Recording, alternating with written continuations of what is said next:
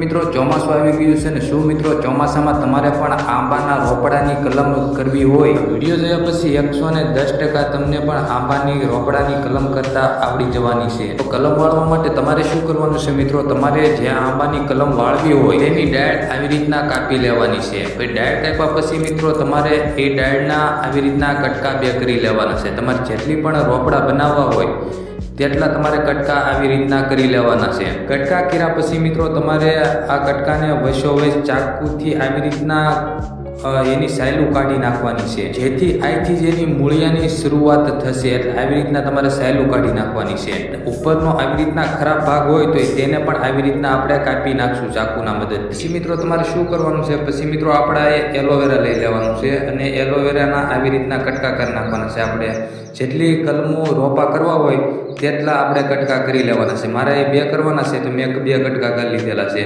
અને એલોવેરાની વચ્ચોવચ આવી રીતના આપણે કટ લગાવી દેવાનો છે। કટ લગાવ્યા પછી આપણે એલોવેરાની ઉપલી સાલ કાઢી અને એમાં આપણે જે આ કટકા કર્યા હતા તે આવી રીતના આપણે બેસાડી દેવાના છે। એક વાતનું ખાસ ધ્યાન રાખજો, જે આપણે કટકોમાં કટ માર્યા હતા તે નીચેની ભાગમાં રાખવાના છે। તો આવી રીતના તમારે એલોવેરાના આ કટકામાં મૂકી દેવાના છે। કટકોને મૂકી કાઢી અને પછી મિત્રો આપણે શું કરવાનું છે, પછી આપણે એક ખાલી પ્લાસ્ટિકનું ડબલું લઈ લેવાનું છે અને એક ટીશ્યુ પેપર લઈ લેવાનું છે અથવા તો આસું કપડું હોય તે લઈ લેવાનું છે। પછી આને ડબલાની નીચે મૂકી દેવાનું છે અને પછી આપણે આમાં રાખ લઈ લેવાની છે। આપણે ચૂલાની રાખ આવે તે લઈ લેવાની છે અને થોડીક આ રાખની અંદર તમારે કાળી જમીન નાખી દેવાની છે।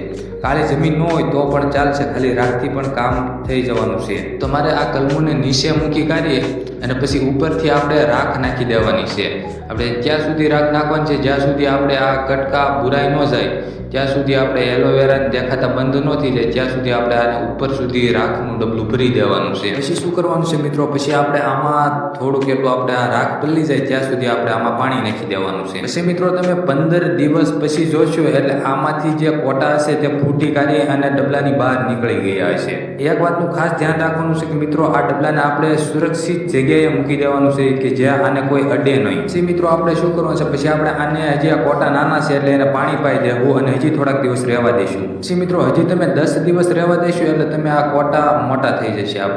હવે આપણે કોટા મોટા થઈ ગયા છે, હવે આપણે આને ડબલામાંથી કાઢી લઈશું બહાર। હવે મિત્રો તમારે કંઈ નથી કરવાનું, હવે આપણે આ કોટોને તમારે ગમે ત્યાં સોંપવા હોય ત્યાં સોંપી દેવાના છે। અને તમને આ વિડીયોમાં ફેક લાગતું હોય કે આ વાત ખોટી છે તો હું તમને આના મૂળિયા પણ બતાવીશ। તો તમે જોઈ શકો છો કે આપણા આ કોટા થઈ ગયા છે મોટા મોટા।